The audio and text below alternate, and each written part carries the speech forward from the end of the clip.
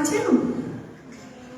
કાલે આપણા માટે બહુ મોટો ઐતિહાસિક દિવસ અને ગૌરવનો દિવસ હતો. કઈ વાંધો નહીં, હું આજે તમને વાત કરું છું ને ઘરે જઈને તમે એકદમ ડિટેલમાં આને વાંચજો. ડી ગુકેશ, કોઈ નામ સાંભળ્યું છે? હા, તો ડી ગુકેશ ચેસ ચેમ્પિયન છે અને એ સૌથી નાની વયના દેટ મીન્સ કે 18 વર્ષની ઉંમરે તેમણે વર્લ્ડ ચેસ ચેમ્પિયનશિપ જીતી છે. અને એટલા બધા આપણા માટે પ્રાઉડ મુવમેન્ટ છે. આપણા આનંદ વિશ્વનાથ છે ને, એમણે 2012માં જીતેલું અને અત્યારે એમણે આપણને આ પ્રાઉડ કરાવ્યું છે. અને કોની સામે જીત્યા ખબર છે? ચાઇનાના લીડેન સામે.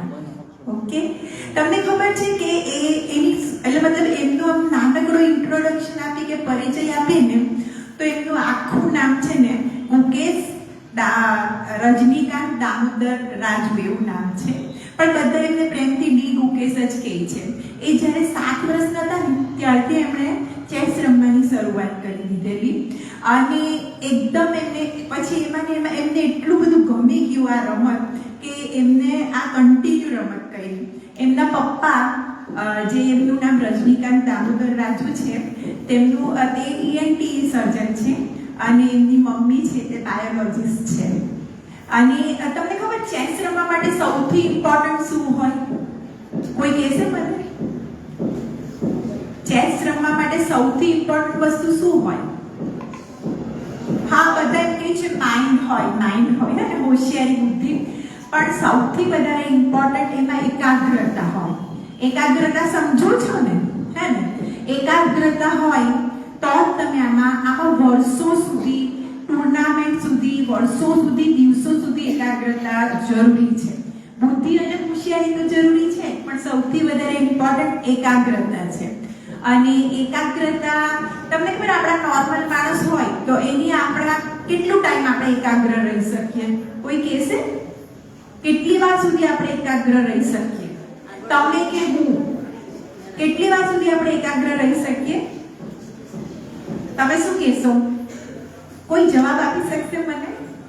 આપણે કંઈ 2 મિનિટ, 5 મિનિટ, 10 મિનિટ, પણ આપણે નોર્મલ માણસ 8.5 સેકન્ડ, નોટ મિનિટ, 8.5 સેકન્ડ સુધી એકાગ્ર રહી શકીએ. એ પછી આપણી એકાગ્રતા રહેતી નથી. તો આ કેટલું ઇમ્પોર્ટન્ટ છે એકાગ્ર આપણા માટે, અને આપણને ડગલે ને પગલે આ વસ્તુ ખૂબ જ કામ આવે છે. તો આ તો આપણે વચ્ચે વાત કરતા જ રહીશું બધી, પણ આપણે આજે આપણા વાર્તાલાપની શરૂઆત કરીએ. આજના આપણા પ્રથમ વક્તા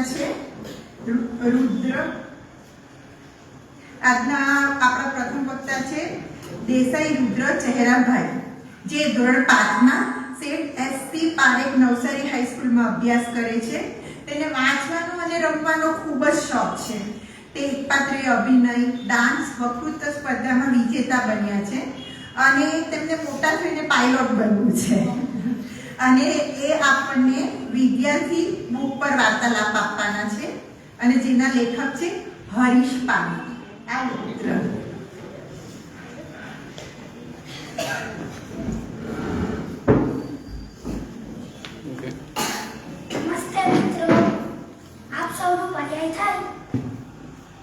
નમસ્તે મિત્રો, આપ સૌનું પર્યાય થાય એવું મારું પુસ્તક, જેનું નામ છે વિદ્યાર્થી. આ પુસ્તકનું સંકલન અને આલેખન ડૉક્ટર હરીશ પારેખ દ્વારા થયું છે. આ પુસ્તકની માત્ર 20 રૂપિયા જેટલી જ કિંમત છે અને આ પુસ્તક 32 પાનાનું છે અને આમાં આપેલી પ્રશ્નોત્તરી પણ ખૂબ જ અમૂલ્ય છે. પુસ્તકના લેખક કહે છે, જ્ઞાન એ વિદ્યાર્થીનો ધર્મ છે અને આ ધર્મ મેળવવા માટે વિદ્યાર્થીએ કર્મ કરવાનું છે. નોકરી અને વ્યવસાય તો શિક્ષણની આડ પેદાશ છે. તેથી જ કાકા સાહેબ કાલેલકર કહે છે, કોઈ મને નોકરી આપશે, કોઈ મને કામ આપશે. આ બધો કલોપાત છોડી દો, પોતાનું અધ્યયન ઊંડું બનાવો, પોતાની યોગ્યતામાં વધારો કરો. આ કરવાથી તમને કામ અને વ્યવસાય ખળતું આવશે. આપણે વિદ્યાર્થી અવસ્થામાં ઘણી વાર કહીએ છીએ, મારે કંઈ નથી શીખવું, ત્યારે પણ આપણે કંઈ શીખતા જોઈએ છીએ. અને વિદ્યાર્થી અવસ્થામાં ક્યાં અંતર છે? આ પુસ્તક 3 વિભાગમાં વહેંચાઈ ગયેલી છે. પહેલો વિભાગ વિદ્યાર્થીના સવાલ, બીજો શિક્ષકનો જવાબ અને ત્રીજો આચાર્યની નોંધ. તો ચાલો હવે આપણે આમાં આપેલા પ્રશ્નોત્તરી જોઈએ. પહેલો સવાલ વિદ્યાર્થી પૂછે છે, અભ્યાસ કરવાથી શું લાભ? શિક્ષક જવાબ આપે છે, અભ્યાસે શું માણસ સૌથી મજબૂત છે? ના, ઊંટ તેના કરતાં વધુ મજબૂત છે. શું માણસ સૌથી મોટું છે? ના, હાથી તેના કરતાં વધુ મોટું છે. શું માણસ સૌથી વધુ ખાય છે? ના, ઢોર તેના કરતાં વધુ ખાય છે. શું માણસમાં સૌથી વધુ જોશ હોય છે? ના, પક્ષીમાં તેના કરતાં વધુ જોશ હોય છે. તો માણસ કઈ ક્રિયામાં આવડત ધરાવે છે? માણસ જ્ઞાનમાં મોટું, મજબૂત અને ઉત્સાહી છે. તેથી બધાએ અભ્યાસ કરીને જ્ઞાન મેળવવું જોઈએ. હવે આચાર્યની નોંધ.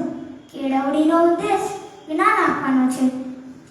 તેની સાથે સાથે જ માનવતા એ જીવનનો અંતિમ મૂલ્ય છે. હવે વિદ્યાર્થી બીજો સવાલ પૂછે છે, અભ્યાસ કરવાથી શું લાભ? તો શિક્ષક જવાબ આપે છે, એક શિક્ષક હતા. એક રાજા હતા. તે જંગલમાં ભૂલો પડી ગયા હતા. રાત થવા માંડી. એક ઝોપડીમાં આશરો લીધો. ત્યાંના બે ખેડૂતના દીકરાની ખૂબ જ સેવા કરી. રાજા પ્રસન્ન થયા. તેમને કઈ માંગવા કહ્યું. મોટાએ કહ્યું, મને ભેંસ જોઈએ છે. ભેંસ હશે તો ઘી અને દૂધથી માલામાલ થઈ જશું. નાનાએ કહ્યું, મને અક્કલ જોઈએ છે. રાજા વિચારમાં પડી ગયા. અક્કલ તો શી રીતે અપાય? તો તેમણે વિચાર્યું, અક્કલ તો ભણવાથી આવે. તો તે નાનાને પોતાના દરબારમાં લઈ ગયા અને તેને બધી પ્રકારની વિદ્યા શીખવાડી. છોકરો પણ ભણી ગણીને હોશિયાર થયો. તેથી રાજાએ તેને ખેતી વિષયક ખાતાનો ઉપરી બનાવી દીધો. તે એક દિવસ પોતાના ગામમાં જતો હતો. તો જોયું તો તેનો મોટો ભાઈ માથે હાથ મૂકીને રડતો હતો. તેણે તેને પૂછ્યું, તું શા માટે રડે છે? તો તેણે જવાબ આપ્યો, મારી ભેંસ મરી ગઈ.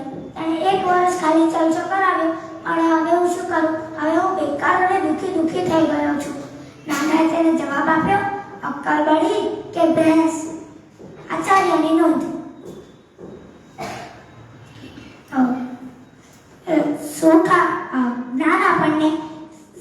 જ્ઞાન વિદ્યાર્થીને સુખ આપે છે. હવે વિદ્યાર્થી ત્રીજો સવાલ પૂછે છે, અભ્યાસના પાછળનું નિષ્ફળતાનું સૌથી મોટું કારણ કયું છે? તો શિક્ષક જવાબ આપે છે, એક હોશિયાર વિદ્યાર્થી હતો. તેની શાળામાં એકવાર વાર્તાની સ્પર્ધા યોજાઈ. તેણે તેમાં ભાગ લીધો. શાળામાં 1 મહિનાની મુદત આપી હતી. હોશિયાર વિદ્યાર્થીને થયું, હું તો ખૂબ જ હોશિયાર છું. આ કામ તો મારું છેલ્લા 2 દિવસમાં થઈ જશે અને પહેલા નંબરનું ઇનામ સોડાનો પ્યાલો તો મને જ મળશે. પણ વાર્તાના સ્પર્ધાનું પરિણામ તો કઈ જુદું જ આવ્યું. બીજો વિદ્યાર્થી પહેલા નંબરનું ઇનામ લઈ ગયો. તે હોશિયાર વિદ્યાર્થી ઘરે આવીને ધ્રુસકે રડ્યો. તેની મોટી બહેન અંદરથી બહાર આવી તેને કહ્યું, મને ખબર જ હતી તને પહેલા નંબરનું ઇનામ મળવાનું જ નથી, કારણ કે તને તારો અહમ નડી ગયો. આત્મવિશ્વાસ સારો પણ અભિમાન એ સારી વસ્તુ નથી. આપણને ફળ જોઈતું હોય તેના માટે આપણે કર્મ તો કરવું જ પડે છે. આ બહેનની વાત સાંભળી તેણે પોતાના આંસુ લૂછ્યા. અને આ વ્યક્તિ એટલે એર્નેસ્ટ હેમિંગ્વે. તેને મોટા થઈ નોબેલ પુરસ્કાર મળ્યો. હવે વિદ્યાર્થી ચોથો સવાલ પૂછે છે.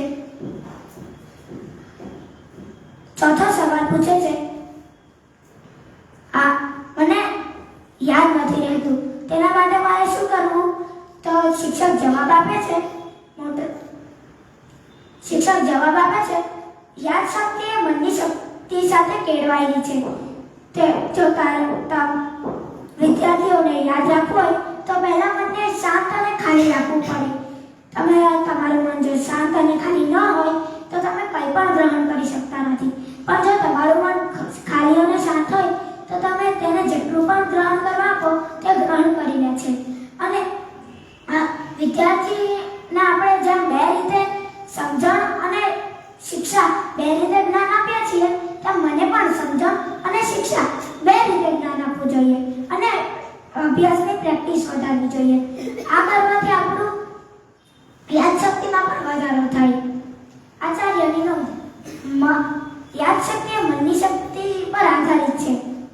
તમે જો બંને કેળવો તો આપોઆપ યાદશક્તિ કેળવાય. હવે સવાલ નંબર 5 જે વિદ્યાર્થીઓને વારંવાર વાલીઓ દ્વારા પૂછવામાં આવે છે તે સવાલ આજે વિદ્યાર્થીઓએ શિક્ષકને પૂછ્યો. વિદ્યાર્થી કહે મારે મોટા થઈને શું બનવું જોઈએ? તો શિક્ષક કહે મોટો થઈને પંડિત બન્યો તો પંડિત એક ગહો જેવો હોય છે, તેમાં પાણી ભરવાની પણ મર્યાદા હોય છે. તો જો તમે વધુ પડતી પાણી ખેંચો તો તેમાં પાણી ખૂટી જાય છે, તેમાં તમારે પાછું પાણી રેડવું પડે છે.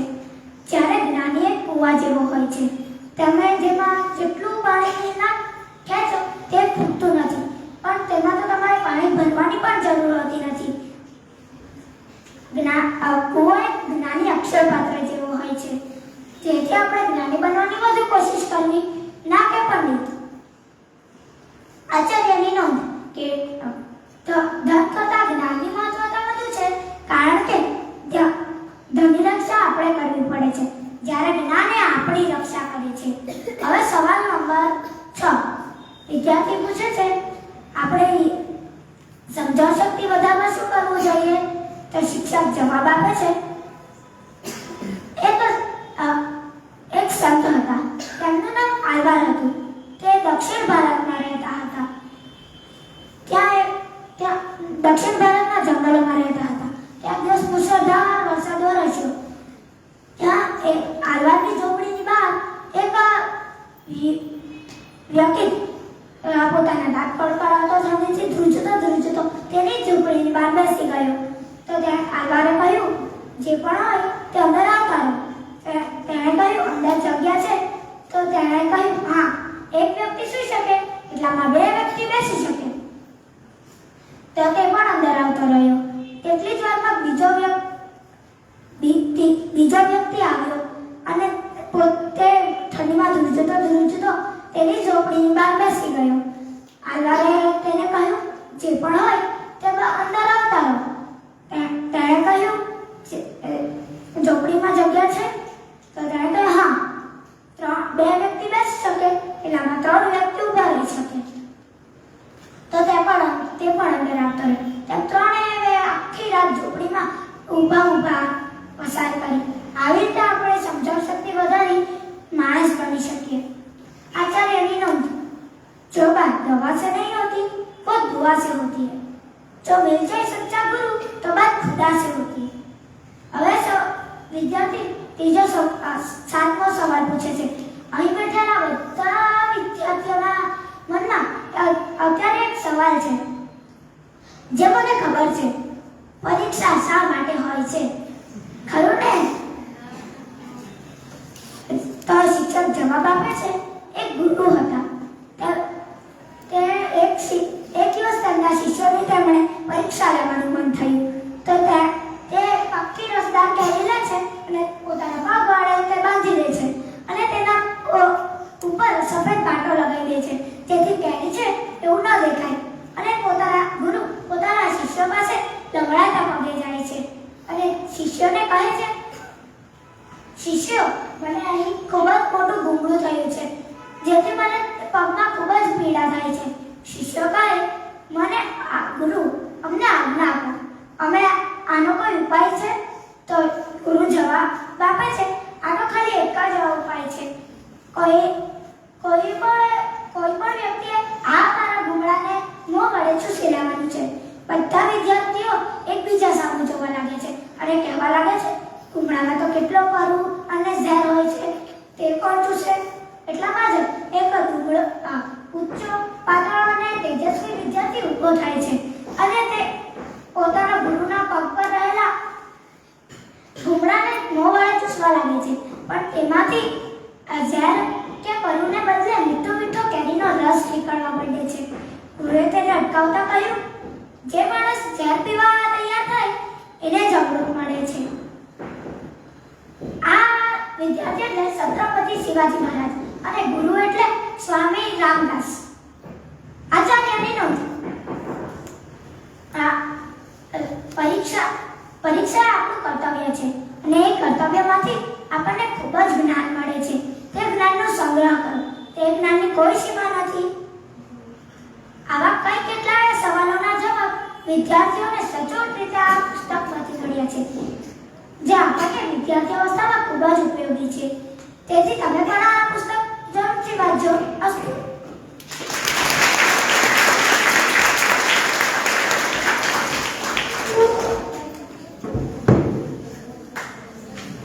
ખૂબ જ સરસ અને બહુ જ સરસ. વિદ્યાર્થી એટલે શું?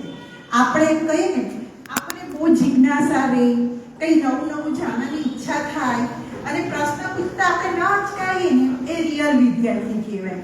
અમે લોકો બી અત્યારે વિદ્યાર્થી અવસ્થામાં જો અમે નવું નવું ના જાણીએ ને તો અમે પણ ત્યાં સ્તંભી જઈએ. એટલે વિદ્યાર્થી આજીવન વિદ્યાર્થી હોય. આપણે આજીવન વિદ્યાર્થી રહેવું જોઈએ અને જ્ઞાન મેળવવું જોઈએ. બરાબર ને? ઓકે, હવે આપણા દ્વિતીય વક્તા તરફ આપણે જઈએ. આજના આપણા દ્વિતીય વક્તા બેબી રોહિત કુમાર મિશ્રા છે, જે ધોરણ 12 માં શ્રી VVPP વિદ્યાલય કસ્બામાં અભ્યાસ કરે છે, જે આપણને સમુદ્ર પુસ્તક પર વાર્તાલાપ આપવાની છે અને જેના લેખક છે મહેન્દ્ર મેઘાણી. તેને વાંચન, લેખન, વક્તૃત્વ, સાહિત્યના સુવિચાર સંગ્રહ કરવાનો ખૂબ જ શોખ છે. તેને વક્તૃત્વ સ્પર્ધામાં પ્રથમ અને ધોરણ 10 માં એ સ્કૂલમાં સેકન્ડ નંબર આવેલી અને તેને મોટા થઈને IAS ઓફિસર બનવું છે. બેબી આવી જાઓ.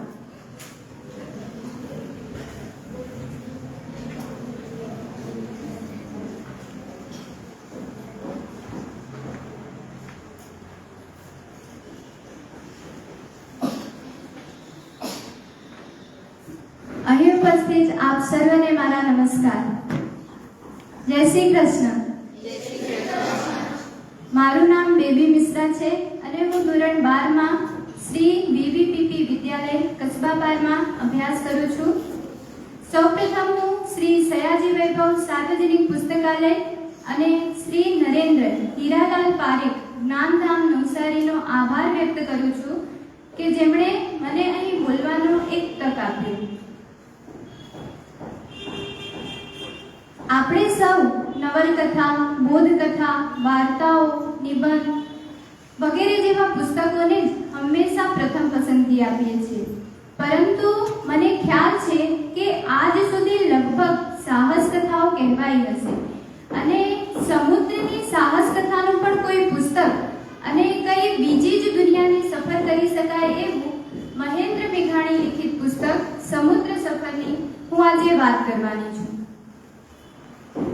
અજાણ્યા આકાશ તરફ ઉડતા અરમાનો રૂપે અહીં સાગર પ્રવાસી થોર હાયરડાયર અને તેના મિત્રો દ્વારા કરાયેલ સમુદ્ર સફરની અવનવી વાતો હું તમને જણાવીશ. આ પુસ્તકની અજીબ વાત એ છે કે આ પુસ્તકમાં સાહસ કથાને નવલકથા રૂપે આપેલ છે. કુલ 12 કથાઓમાં સાહસ કથાના જુદા જુદા અંશ રજૂ થયા છે. એટલે આખું પુસ્તક વાંચ્યા વિના છૂટકો જ નથી. આ પુસ્તકની વિશેષતા આ છે કે આ પુસ્તક વાંચતા વાંચતા આપણે પોતે જ આ સફર ખેડી રહ્યા છે એવો રોમાંચ અનુભવાશે. તો ચાલો અજબ ગજબની વાતો સાથે આપણે સૌ સમુદ્ર સફર વિશે જાણીએ. સામાન્ય રીતે વાત કરીએ તો આ 3 થી 4 મહિનાના પ્રવાસની વાત છે. પરંતુ વિશેષતા આ છે કે આ પ્રવાસ કોઈ હોડી, જહાજ કે સ્ટીમર દ્વારા નહીં, પરંતુ માત્ર ને માત્ર બારસાના લાકડાના પાટિયા ને એને વેલા અને દોરડાથી જોડીને બનાવવામાં આવેલ તરાપા ને એ તરાપા ઉપર બેસીને પ્રવાસની કથા છે. તો હવે વાત ક્યાંથી શરૂ થાય છે એ એક મહત્વનો મુદ્દો છે.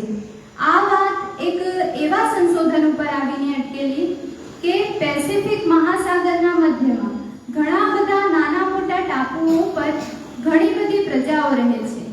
પરંતુ આ પ્રજા ત્યાં આવી, આ પ્રજાનો ઉદ્ભવ આજથી 1400 વર્ષ કરતાં પણ વધુ જૂની માનવામાં આવે છે. તો પ્રશ્ન વર્ષોથી એ હતો કે આ પ્રજા અહીં આવી કેવી રીતે? કારણ કે જે દ્વીપ સમૂહને ફરતે હજારો દૂર સુધી માત્ર ને માત્ર પાણી છે.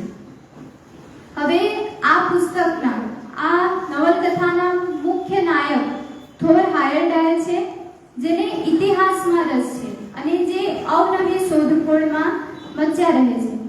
જ્યારે તેમને એવું જાણવા મળે છે કે જ્યારે આધુનિક જહાજો ન હતા ત્યારે આ માનવો મધ્ય પેસિફિકના ટાપુ સુધી કેવી રીતે પહોંચી ગયા, અને એમાં જ્યારે તેમને એવું જાણવા મળે છે કે આ પ્રજા બાલસાના લાકડાના તરાપા દ્વારા મધ્ય પેસિફિકના ટાપુ સુધી પહોંચી ગઈ, ત્યારે તેમને થયું કે શું આવું શક્ય બને, અને ત્યારે તેમણે પોતે બાલસાના લાકડાના તરાપા ઉપર બેસીને પેરુથી મધ્ય પેસિફિકના ટાપુ સુધીની આવી સફર ખેડવાનું નક્કી કરે છે.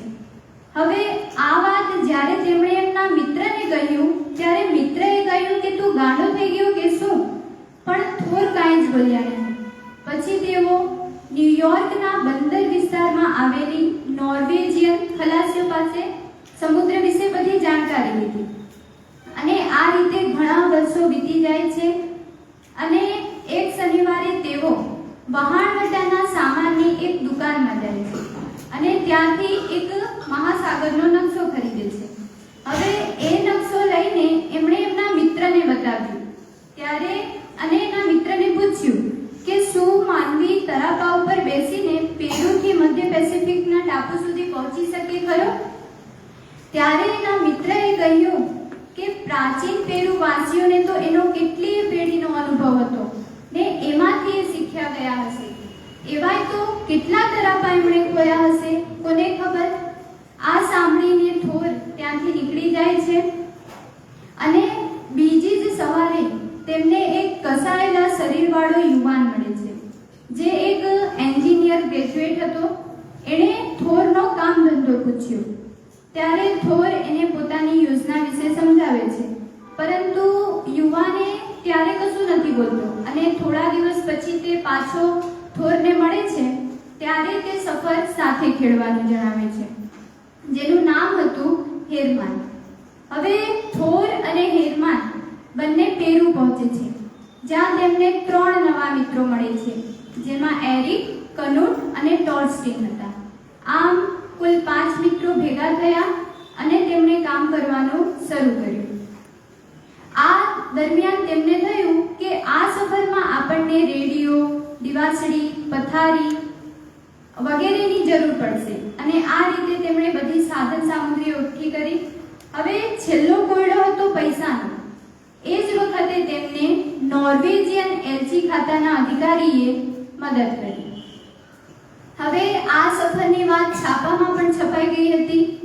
આ વાંચીને એક વ્યક્તિ જેનું નામ હતું બેન એ થોરના ટીમમાં સામેલ થયો, જે એક ફોટોગ્રાફર હતો. આમ આ સફર દરમિયાન થોરને પણ એક ફોટોગ્રાફરની જરૂર હતી.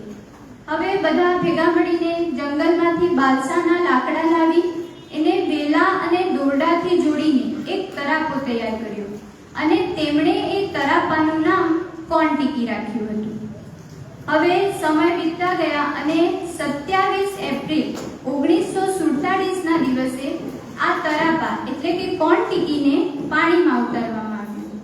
હવે ધીરે ધીરે તેઓ તેમના સફર ઉપર આગળ વધે છે અને આ સફર દરમિયાન ત્યાં એકાએક એક દિવસ સમુદ્રમાં તોફાન આવે છે અને હેરમાન એ તરાપામાંથી પાણીમાં પડી જાય છે. પરંતુ મોજાના કોલાહલની આગળ હેરમાનની અવાજ એકદમ ઝાંખી ઝાંખી સંભળાતી હતી, પરંતુ હેરમાન એ પોતાનો જીવ બચાવવા માટે મરણોત્તર પ્રયાસ કરી રહ્યો હતો. અને ત્યારે જ એક દરિયાઈ માછલી કે જે હેરમાન તરફ આગળ વધી રહી હતી, આ જોઈને કનુટ હેરમાનને બચાવવા માટે રબરની હોડકી લઈને પાણીમાં કૂદી પડ્યો અને આ રીતે તેણે હેરમાનને બચાવી લીધું.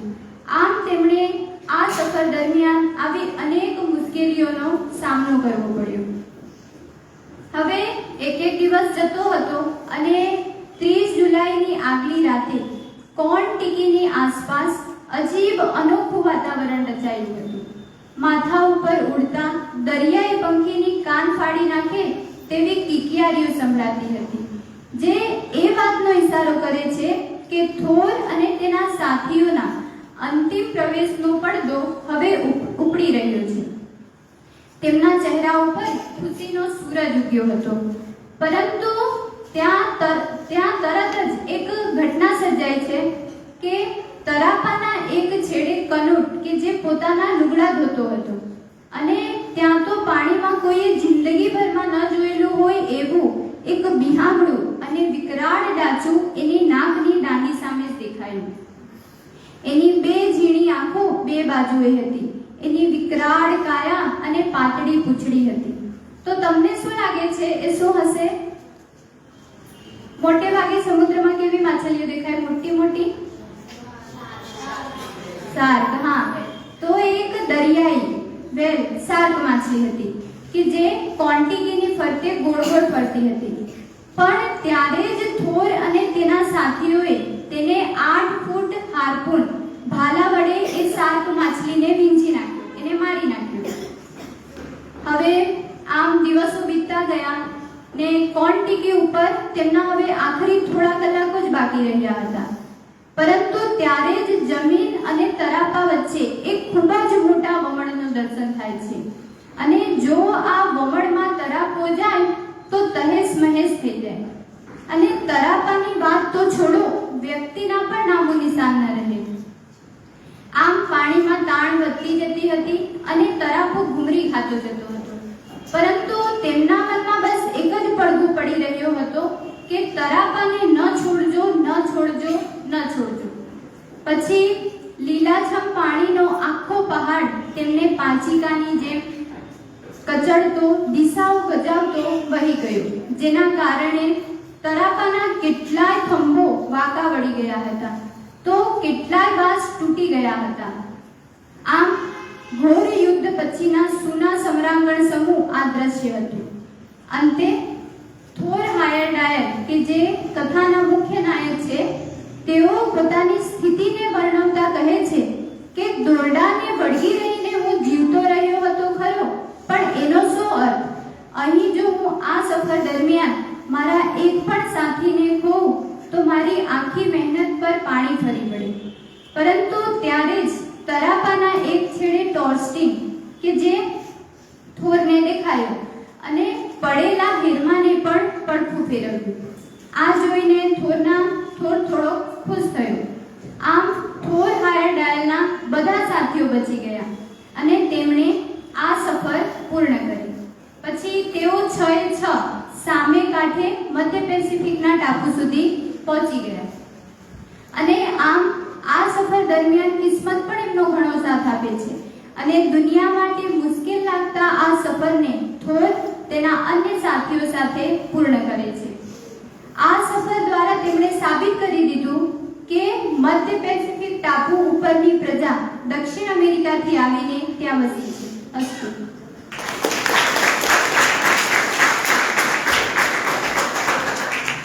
ખૂબ જ સુંદર બેટા. જાણે મને તો એવું લાગતું હતું કે જાણે આ બધું છે ને આખું કંઈક ટીવીના સ્ક્રીન પર જોઈ રહ્યું છું. એટલો સરસ વાર્તાલાપ ને એટલું પોઈન્ટ ટુ પોઈન્ટ આપ્યું. Very good. તમને પણ એવું લાગ્યું કે નહીં? હા ને, કે જાણે આપણે એકદમ લાઈવ જોતા હોય ને એવું જ મને તો ફીલ થયું. હવે આગળ વધીએ. આજના આપણા તૃતીય વક્તા છે મયંક વિજયભાઈ ધોળકી, જે ધોરણ 8માં સર CJNZ મદ્રેસા હાઈસ્કૂલમાં અભ્યાસ કરે છે. તે આપણને ભારતના શ્રેષ્ઠ શૂરવીરો પુસ્તક પર વાર્તાલાપ આપવાનો છે અને જેના લેખક નટવર પટેલ છે. મયંકને વાંચવાનો અને ફરવાનો ખૂબ જ શોખ છે અને તેને પણ મોટા થઈને IAS ઓફિસર બનવું છે. તેને ભગવદ્ ગીતાના લોક વાર્તા સ્પર્ધામાં વિજેતા પ્રાપ્ત કર્યું છે અને વેશભૂષામાં પણ તેને ઇનામ પ્રાપ્ત થયેલું છે. તમને જાણીને ખૂબ જ આનંદ થશે કે મયંક જ્યારે ધોરણ 7માં હતો ને ત્યારે પણ એને વાર્તાલાપ આપેલો છે અને અત્યારે પાછો આપી રહ્યો છે. આવ બેટા.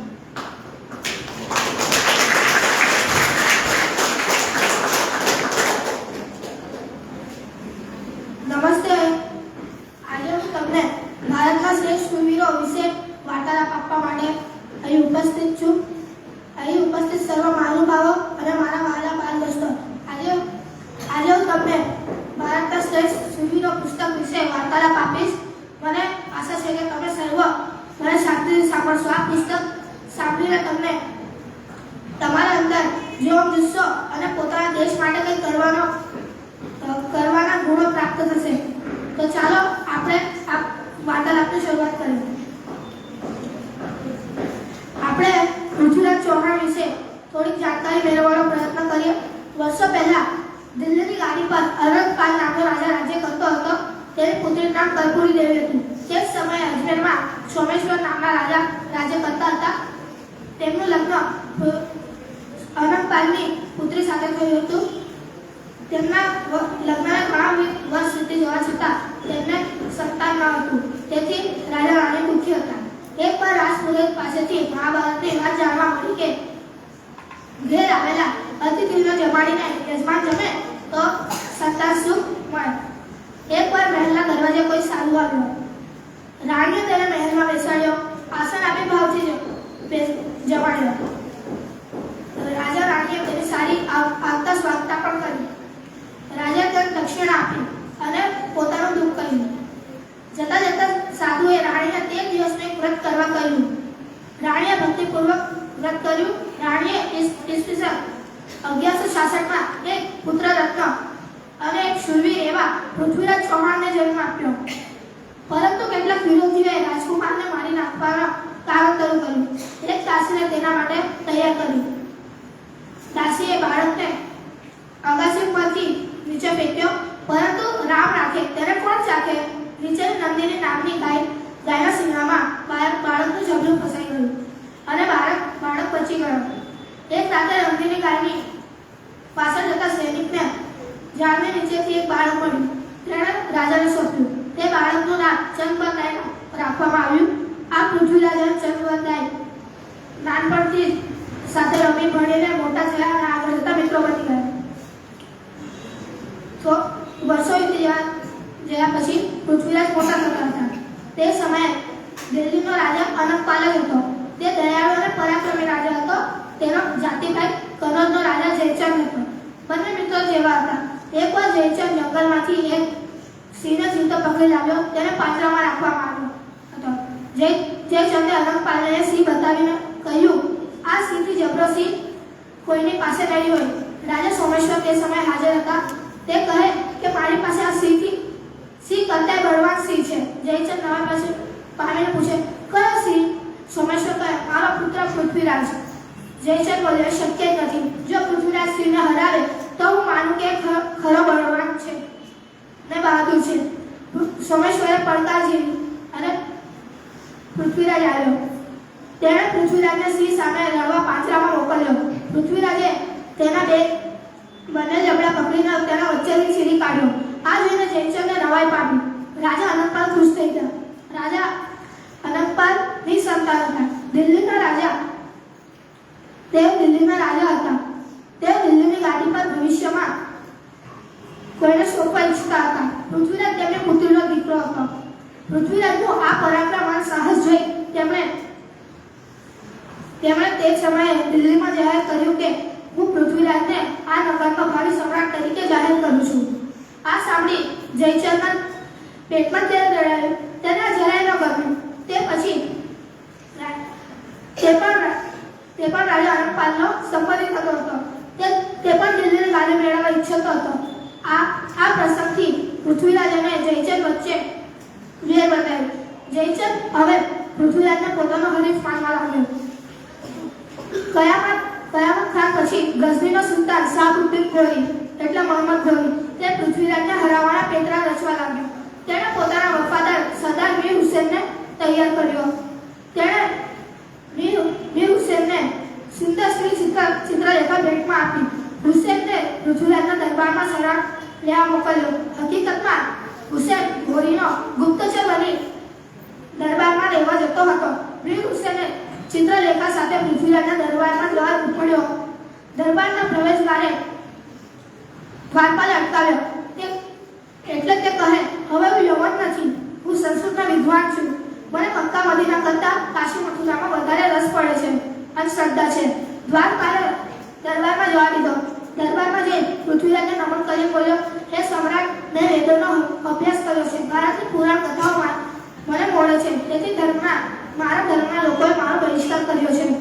હું તમારા શરણે આવ્યો છું. પૃથ્વીરાજ પૃથ્વીરાજ કહે, શરણ આવેલો રક્ષણ કરવું એ અમારો ક્ષત્રિય ધર્મ છે. મારા રાજ્યમાં તમે ચિંતા કર્યા વગર રહી શકો છો. આમ હુસેન દિલ્હીમાં જાસૂસી કરવા સપરિવાર ગોઠવાઈ ગયો. આ સમાચાર ગઝનીમાં ઘોરીને મળ્યા. તેણે તો દિલ્હી પર આક્રમણ કરવા માટે બહાનું જોઈતું હતું.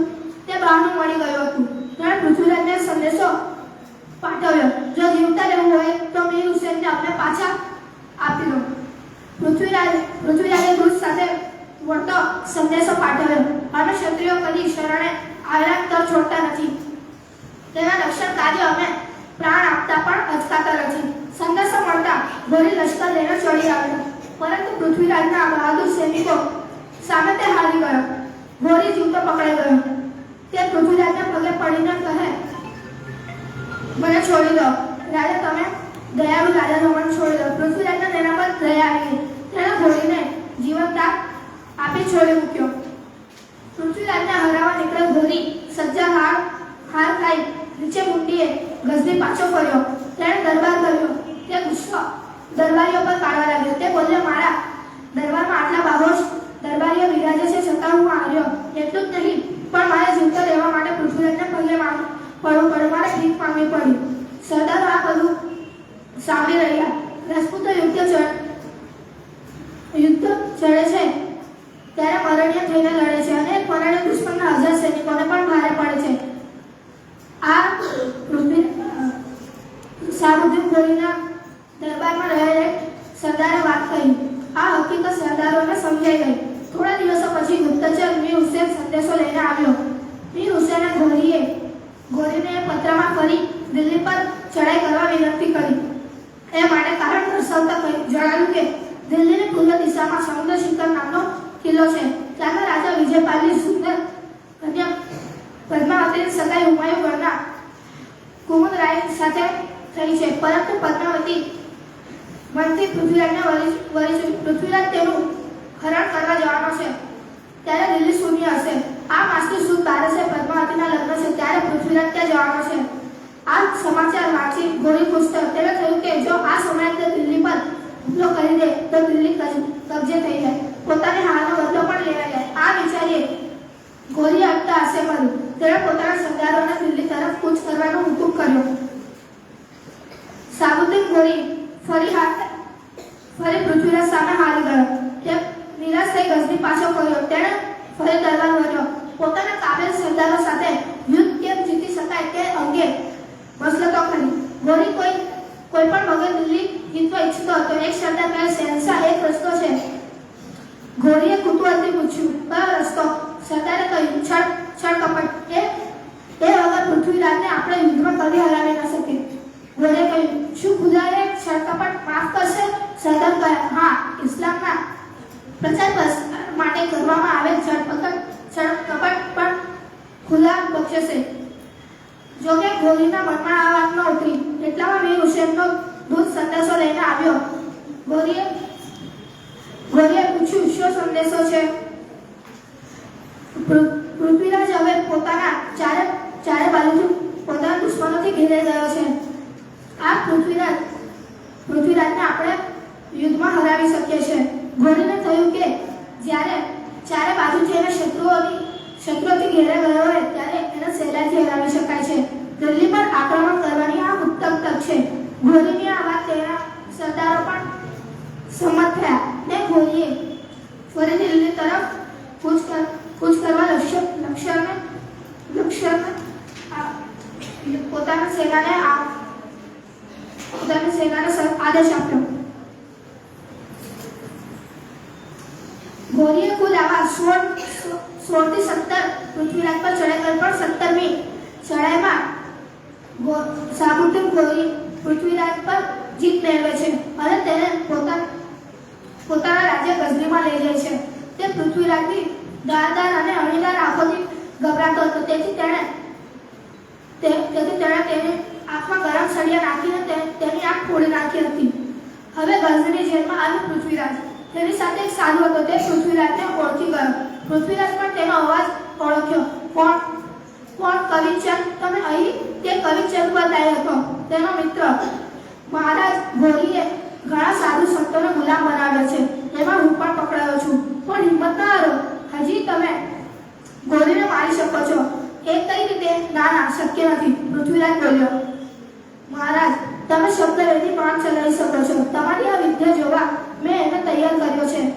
આપ તે સમયે મારી ઈશારે બાણ છોડી ઘોરીનો વધ કરી શકો છો. પૃથ્વીરાજ ચૌહાણ શબ્દવેદી બાણ ચલાવી શકતો હતો એટલે કોઈનો અવાજ તે ઓળખીને તેના પર બાણ ચલાવીને તેને હરાવી શકતો હતો. આ સાંભળી પૃથ્વીરાજનો બદલો લેવાની તાકાત આવી.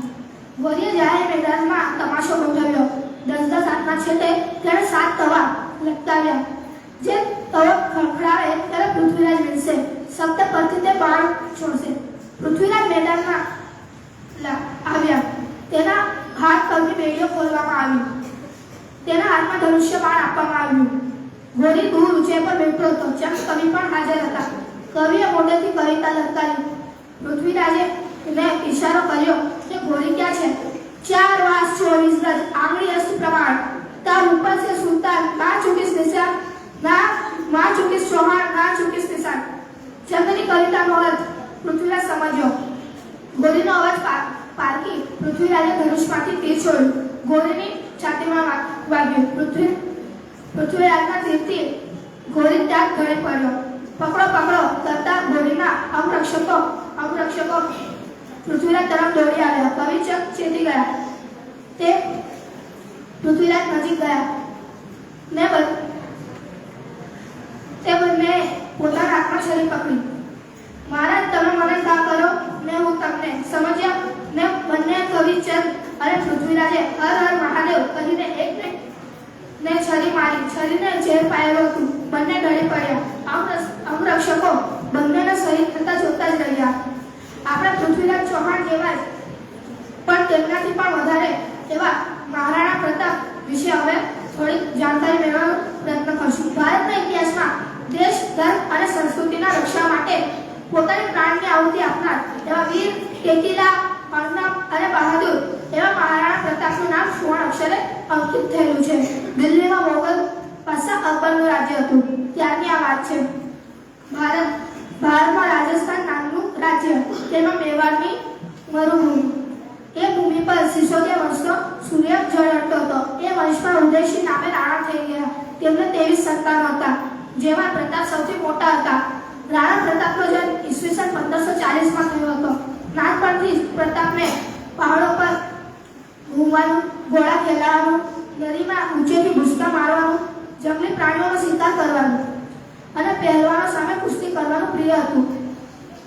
તેઓ બધા ભાઈઓમાં શરીર અને બળમાં પ્રતાપી હતા. સૌને લાગતું કે પ્રતાપ મોટા થઈને મેવાડનું નામ રોશન કરશે. પ્રતાપ તેમના બધા ભાઈઓમાં જગપાલ અને શક્તિસિંહને વધારે પ્રેમ કરતા હતા. પરંતુ એ વખતે એમને થોડને ખબર હતી કે આ બંને ભાઈઓ તેમના આગળ જતા માર્ગમાં કાંટા બનવાના છે. પ્રતાપનો રાજ્યાભિષેક ઈસવીસન 1572માં પ્રતાપનો રાજ્યાભિષેક કરવામાં આવ્યો હતો. ત્યારે તેમની ઉંમર 32 વર્ષની હતી. પણ તેમના બંને ભાઈઓ એટલે કે જગમાલ અને શક્તિસિંહને તે ગમ્યું ન હતું. તેઓ અકબરના શરણે ગયા. ત્યારે પ્રતાપ ઉદયપુરમાં હતા. મેવાડ અકબરના કબજામાં હતું. અકબરે રાજસ્થાનના મોટા ભાગે જીતી લીધા હતા, પરંતુ મેવાડ, કુંડી અને શિરોઈ હજી અણનમ હતા. મહારાણા પ્રતાપે સરદારોને કહ્યું, મારા બહાદુર સાથીઓ, ધર્મના રક્ષા માટે યુદ્ધે ચડવાનું છે, મેવાડને સ્વતંત્ર કરવાનું છે. અને તેઓ યુદ્ધની તૈયારી લાગી ગયા.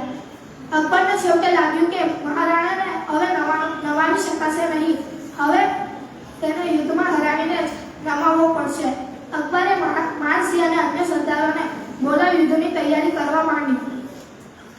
આ તરફ મહારાણા પ્રતાપને પણ થયું કે હવે અકબર લડાઈ કર્યા વિના નહીં રહે. તેથી તે પણ યુદ્ધની તૈયારી કરવા લાગ્યો. પ્રતાપે અકબરથી અસંતુષ્ટ હોય તેવા રાજાઓનો સંપર્ક કર્યો. જંગલમાં વસતા ભીલોને પણ તૈયાર કર્યો. મહારાણા પાસે પૂરા 22,000 સૈનિકો હતા, જેઓ સુરા હતા. મહાબો એટલે માતૃભૂમિ માટે પણ મરવા તૈયાર હતા. અન્ય હિન્દુ રાજાઓનું લક્ષ્ય પણ તેમને મદદ કરવા આવી પહોંચ્યું. તેઓ કુંભલગઢ પહોંચ્યા, જ્યાં ડુંગરો હતા. અકબરે રાજા માનસિંહની સરદારી હેઠળ વિશાળ સૈન્ય મોકલ્યો. અકબરને શંકા પડી કે આ બંને હિન્દુ રાજાઓ મળી જશે તો, એટલે તેણે પોતાના વિશ્વાસુ સેનાપતિ આસફ ખાનને પણ માનસિંહની સાથે રવાના કર્યો. તદુપરાંત અકબરે પોતાના શહજાદા સલીમને પણ મોકલ્યો, જે ઉપ સેનાપતિ હતો. રાણા પ્રતાપનો નાનો ભાઈ શક્તિસિંહ પણ અકબરના દરબારમાં જ હતો. અકબરે તેને પણ ઉપ સેનાપતિ બનાવીને મોકલ્યો. બંને લશ્કરો મેવાડની યુદ્ધભૂમિ હલ્દી ઘાટીમાં ભેગા થયા. હલ્દી ઘાટીમાં પહાડોની ટોચ પર મહારાણાએ વીરોને ગોઠવી દીધા હતા, જેઓ જબરા તીરંદાજ હતા. બીજી તરફ રાજા માનસિંહે લશ્કરી પડાવ નાખ્યો. બંને લશ્કરોએ થોડા દિવસ વિરામ ફરમાવ્યો. છેવટે મહારાણા પ્રતાપે પહેલો વાર રાણામાં માની લડવાની તૈયારી કરી. આ હલ્દી ઘાટીનું યુદ્ધ પૂરું થતા રાણાએ પોતાના ઘોડા ચેતકની પણ કુરબાની આપી હતી. બંને ભાઈઓએ શક્તિસિંહ જગમલે તે સ્થળે ચેતકનો અગ્નિ સંસ્કાર કર્યો. આજે પણ તે સ્થળ એટલે કે વડિયા ગામની સીમમાં ચેતકની સમાધિ છે. ધન્ય છે ચેતકની સ્વામી ભક્તિને. હલ્દી ઘાટીનું યુદ્ધ પૂરું થયું. મહારાણા પ્રતાપને અકબર નમાવી ન શક્યો. રાજા માનસિંહને ચાપ ઊંધી પડી. તે અકબરનો વિશ્વાસ ખોઈ બેઠો. અકબરને થયું કે પોતે જ લશ્કર લઈને નીકળી પડે તો પ્રતાપને નમાવી શકાશે. આ તરફ રાજા માનસિંહ ગોહુંતામાં જઈને બેઠો. પ્રતાપે ગોહુંતામાં હુમલો કર્યો. એટલામાં સમાચાર મળ્યા કે અકબર જાતે લશ્કર લઈને આવતો છે. અન્ય રાજપૂત રાજાઓમાં પ્રતાપની કીર્તિ ફેલાઈ ગઈ હતી. તે રાજાઓ હવે પ્રતાપને મદદ કરવા આગળ આવ્યા. શિરોઈના રાજા સુરજીતસિંહે પ્રતાપને મદદ કરી. જાહોરના રાજા મહારાજા પણ આવ્યા. ચંદ્રશેખર રાઠોડ પણ પ્રતાપ સાથે ભળી ગયા. અકબરે લશ્કર સામે ગોહુંતામાં પડાવ નાખ્યો. પ્રતાપે લડવાની રીત બદલી. મુગલ સૈન્ય જ્યારે આરામ ફરમાતું હોય ત્યારે તેમના પર હુમલો કરવો. આવા યુદ્ધને છાપામાં યુદ્ધ કરે છે. આવું 6 મહિના સુધી ચાલ્યું. તેઓ એક દિવસમાં 2-3 છાપા મારતા. આવા અનેક યુદ્ધો થયા. પરંતુ અકબરના સામે મહારાણા પ્રતાપ મેવાડને સ્વતંત્ર કરાવી ન શક્યા. તેમની પ્રતિજ્ઞા હતી કે મેવાડને સ્વતંત્ર કરાવવાનું છે. તે તેમણે અમરસિંહને સોંપી અને તેમનું પ્રાણ પંખેરું ઉડી ગયું. આપણે 2 પુરુષ શૂરવીરો વિશે જોયું, પરંતુ મહિલા શૂરવીર વિશે પણ જાણવું તમને ગમશે. તેવા મહારાણી લક્ષ્મીબાઈ વિશે આપણે જાણીશું.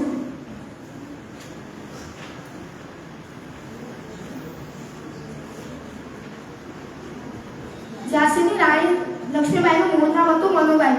નાના સાહેબ તેને છબીલી કહીને પણ બોલાવતા. તેમનું નામ મણિકર્ણિકા પણ હતું. મનુબાઈનો જન્મ 16 ડિસેમ્બર 1835ના રોજ વારાણસીમાં થયો હતો. તેમના પિતા મોરોપંત તાંબે બ્રાહ્મણ હતા. તેઓ બાજીરાવ પેશવાના અંગત માણસ હતા. તેમની માતાનું નામ ભાગીરથી બાઈ હતું. પરંતુ નાનપણમાં જ માતાનું અવસાન થયું હતું. તેમના પિતાએ ઉછેરીને મોટા કર્યા હતા. બાજીરાવના 3 પુત્રોને કુશળ યોદ્ધા થવાની તાલીમ મોરોપંત આપતા, એટલે તેઓ મનુને લઈ વિઠુર રહેવા ગયા હતા. મનુ પણ પિતા સાથે યુદ્ધની તાલીમ લેતી હતી. તલવારબાજી, ઘોડેસવારી, ભાલાફેંક વગેરેની તાલીમમાં મનુને વધુ રસ પડતો હતો. મનુ નાનપણથી તેજસ્વી અને મિજાજી સ્વભાવની હતી. તેની સ્ત્રીના કપડાં પહેરવા ઓછા ગમતા હતા. તે પુરુષના કપડાં પહેરીને રોજ અખાડામાં જતી અને તાલીમ લેતી હતી. પોતાની બહાદુર પુત્રીને જોઈને મોરોપંતની આંખ થતી. તેમને થતું કે મનુ માટે તેઓ છોકરો નહીં ચાલે. એ જ્યાં જશે તે પરિવારનું નામ રોશન કરશે. મનુ જ્યારે મોટી થઈ ત્યારે તેમનું લગ્ન ઝાંસીના રાજા ગંગાધર રાવ સાથે થયું હતું. તેમને એક પુત્ર હતો, પરંતુ તે 3 મહિનાનો થયો ત્યારે તે મરી ગયો હતો. તેના અવસાનના લીધે ગંગાધર રાવ દુઃખી થયા હતા અને તેમનું પણ અવસાન થઈ ગયું હતું. તેમને કોઈ પુત્ર ન હતો, તેથી રાણીએ દામોદર રાવ નામનો એક પુત્ર દત્તક લીધો. પુત્ર નાનો હતો, તેથી રાજ્યનો કારભાર મહારાણી કરતા હતા. હવે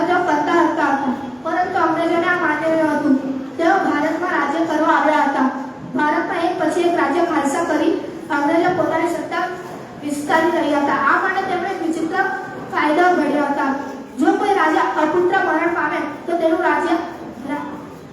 રાજ્ય ખાલસા કરી શકાય. તેમાં દત્તક પુત્રનો હક માન્ય ન રાખી શકાય. આવું જ બહાનું આગળ ધરી અંગ્રેજ ગવર્નરે ઝાંસીનું રાજ્ય ખાલસા કરવાનું અને ત્યાં અંગ્રેજ હુકુમત સ્થાપિત કરવા નક્કી કર્યું. આ અંગેનો પત્ર લઈ અંગ્રેજ દૂત મહારાણીના દરબારમાં આવ્યો. પ્રધાને તે દૂતનો સંદેશો દરબારમાં વાંચી ઝાંસીની મહારાણીને વિનંતી કરી અંગ્રેજ સરકારે ઠુકરાવવાની હતી. ઝાંસી ખાલસા કરાયું હતું. મહારાણીએ નિભાવ ખર્ચ માટે ₹5000 વર્ષાસન પેટે આપવાના હતા. આ સાંભળી લક્ષ્મીબાઈ કોપાયમાન થયા. બસ સભામાં ઉભા થયા. તલવાર ખેંચી પડતા ફેંક્યો. મેં મેરી ઝાંસી નહીં કભી નહીં દૂંગી. મહારાણીએ અંગ્રેજ સલ્તનત સામે બળવો જાહેર કર્યો. ગ્વાલિયરના કિલ્લામાં સુરંગનો માર્ગ હતો ખરો, પરંતુ તે ક્યાં હતો તે કોઈને ખબર ન હતી. લક્ષ્મીબાઈ ચિંતામાં હતા. તે સમયે યુદ્ધ ચાલતું હતું. તેમને પોતાના પુત્ર સાથે ત્યાંથી બચી ભાગવું હતું, પરંતુ તેમને સુરંગનો માર્ગ કયો છે તે ખબર ન હતી. મહારાણીએ દામોદર રાવને પીઠ પર બાંધ્યો. બે હાથમાં ખુલ્લી તલવારો પકડીને કિલ્લાનો દરવાજો ખોલ્યો. જેમ ધનુષ્યમાંથી તીર છૂટે એમ મહારાણી અને એમના સાથીદારો કિલ્લામાંથી પછૂટ્યા. તેઓ દુશ્મન પર તૂટી પડ્યા. લક્ષ્મીબાઈ સાક્ષાત જગદંબાનો અવતાર લઈ રહી હતી. દુશ્મનો હેમતાઈ ગયા. એક અંગ્રેજ સૈનિકે રાણી પર પાછળથી ઘા કર્યો. એક ઘા બાળકને ન વાગી જાય એ રીતે રાણી ચૂકવવા જતા તે રાણીને વાગ્યો. રાણી ભાગી રહ્યા હતા. પાછળ દુશ્મનો પડ્યા હતા. લક્ષ્મીબાઈ સાથે 7-8 વફાદાર સૈનિકો પાછળ આવતા હતા. તેમાંથી બે વારાફરતી રોકાઈ આગળ દુશ્મનોને રોકવા લડતા હતા ને ખબર તે દરમિયાન રાણી ઘણી આગળ જતી નીકળી ગઈ હતી. છેવટે રાણી એક જ સૈનિક સાથે ખૂબ દૂર નીકળવા સફળ થઈ. છતાં દુશ્મનોનો ભય તો હતો જ. મહારાણીએ વાગેલો ઘા કારમો નીવડ્યો. તેમણે સૈનિકને કહ્યું, હવે હું જાજુ નહીં જીવી શકું. મારા મૃત શરીરને અંગ્રેજોને હાથ પણ ન અડાડે તે જોજો. દામોદર રાવની રક્ષા કરજે. આટલું કહી રાણીએ દેહ છોડ્યો. દૂર એક ઝૂંપડી હતી. તેમાં એક સાધુ રહેતા હતા. રાણીના મૃતદેહને તેમને હવાલે કરી સૈનિક પોતે દામોદર રાવને લઈ દુશ્મનો આવે તે પહેલા નીકળી ગયા. સાધુએ રાણીના દેહનો અંતિમ સંસ્કાર કરી દીધો. એ પવિત્ર દિવસ હતો 18 જૂન 1858. સુભદ્રા કુમારી ચૌહાણે કવિતા લખાવી છે. ખૂબ લડી મરદાની ઓર ઝાંસી વાલી રાણી થી. ધન્ય છે ભારતને મહાન વીરાંગના. Thank you.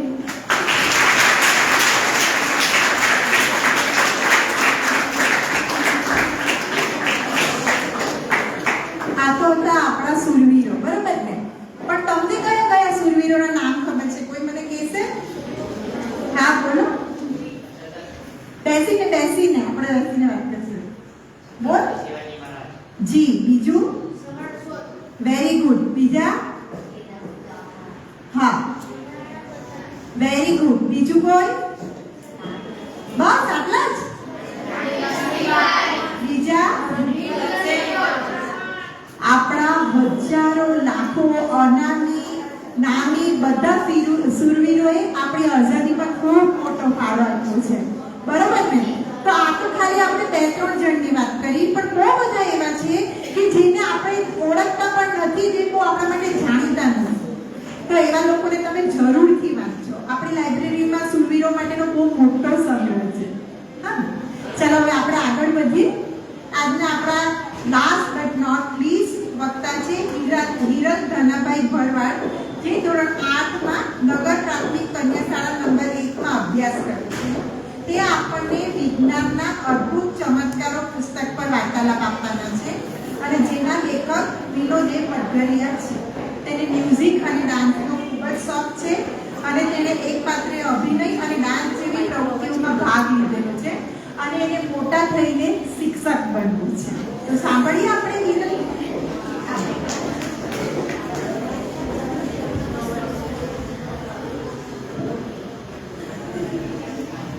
નમસ્કાર મિત્રો, આજે વિજ્ઞાનના યુગમાં આપણે ચમત્કારમાં વિશ્વાસ કરતા નથી, પરંતુ વિજ્ઞાન પોતે જ ચમત્કાર બતાવે તો માનવું જ પડે ને. આવા સુંદર અને અદ્ભુત ચમત્કારોથી બનેલી મારી પુસ્તિકા સાંભળીને જ મજા આવી ને, પણ પિક્ચર તો આપણી બાકી ને મેરે દોસ્તો. મારી પુસ્તકનું સંકલન વિનોદ એ પરકરિયા દ્વારા કરાયેલું છે. આ પુસ્તકનું મૂલ્ય છે 100 રૂપિયા, જે 112 પાનામાં આલેખાયેલી છે. આ પુસ્તકની સમજૂતી માટે સરસ મજાના ચિત્રો પણ આપેલા છે. તો ચાલો જોઈએ વિજ્ઞાનના ચમત્કારો. સૌપ્રથમ જોઈશું જેટ વિમાન. સામાન્ય વિમાન કરતાં જેટ વિમાનની કાર્યરચના જુદી જાતની હોય છે. જેટ વિમાનને બળતણને બળવા માટે બહારની હવા લેવી પડે છે, જે વિમાનના આગળના ભાગમાં રહેલા ખુલ્લી નળીઓ દ્વારા મળે છે. બળતણને બળવાથી ઉત્પન્ન થતા વાયુઓ વિમાનની પાછળ રહેલા નળીઓ દ્વારા ખૂબ જ ઝડપથી બહારની તરફ નીકળે છે, અને બહાર નીકળતા જ તે વિમાનને ખૂબ જ ઝડપથી આગળની તરફ ધકેલે છે. તમે આકાશમાં ઉડતા વિમાન તો જોયા જ હશે, અને ન જોયા હોય તો જોજો, તો તમને ખ્યાલ આવશે કે જે વિમાનની પાછળની તરફની પૂંછડી દ્વારા વાયુઓની 2 સેર નીકળતી હોય છે, તે વિમાને પસાર થઈ ગયા બાદ દેખાતી હોય છે. મજા આવી ને બાળ દોસ્તો? તો હવે જોઈશું આપણે બીજા ટોપિક પર, જે છે સોલાર બેટરી. કેલ્ક્યુલેટર કે ઘડિયાળમાં આવતા નાનકડા સેલ તો બધાએ જોયા હોય છે. તે કેલ્ક્યુલેટર જેવા સાધનોમાં સોલાર સેલનો ઉપયોગ થાય છે. આ સોલાર સેલ અર્ધધાતુ સિલિકોનમાંથી બનેલા હોય છે. આ સિલિકોનની બારીક પતરી ઉપર બંને તરફ આકર્ષણ લગાડેલા હોય છે, જે સૂર્યના પ્રકાશમાં રહેલા વિકિરણોમાંથી આ સેલના વિદ્યુત કોષ પર સ્થિતિમાં ફરક પાડે છે. આ એક તરફ ઋણ અને બીજી તરફ ધન, આ રીતે બંને વિદ્યુત ભારને ઉત્પન્ન કરે છે. Receive 24 rupees on Google Pay for business. વીજળી મેળવી શકાય છે. મિત્રો, આ 2014ની સોલાર બેટરીની શોધ છે. આપણે મોટા ભાગના બંગલાના ટેરેસ પર સોલાર પેનલ તો જોયા જ હશે, જેનાથી વીજળીનું બિલ 0 રૂપિયા આવે છે. આ સોલાર બેટરીથી બનેલા છે. આવી આધુનિક વૈજ્ઞાનિકની નવી શોધ વિશે આપણે કેટલું જાણીએ છીએ. તો હવે બીજા ટોપિક પર જઈશું, બાયફોકલ ચશ્મા. આ ચશ્મા નબળી દ્રષ્ટિવાળાઓને સ્પષ્ટ દેખાતું ન હોય, ઝાંખું દેખાતું હોય તે લોકો માટે છે. પહેલાના જમાનામાં કઈ બાયફોકલ ચશ્મા ન હતા, ત્યારે આપણે જુદા જુદા ચશ્માનો ઉપયોગ કરતા. જ્યારે દૂરનું જોવું હોય ત્યારે પણ જુદા, અને જ્યારે નજીકનું જોવું હોય ત્યારે પણ જુદા ચશ્મા. આવી રીતે જ્યારે દૂરનું જોવું હોય ત્યારે પણ જુદા પહેરવા પડતા હતા, અને નજીકનું જોવું હોય ત્યારે પણ જુદા પહેરવા પડતા. આ રીતે બંને પ્રકારની નબળી દ્રષ્ટિવાળા લોકોને 2 ચશ્મા સાથે લઈને ફરવું પડતું હતું. ત્યારે આ પ્રોબ્લેમ માટે બેન્જામિન ફ્રેન્કલિન નામના વૈજ્ઞાનિકે બાયફોકલ ચશ્માની શોધ કરી.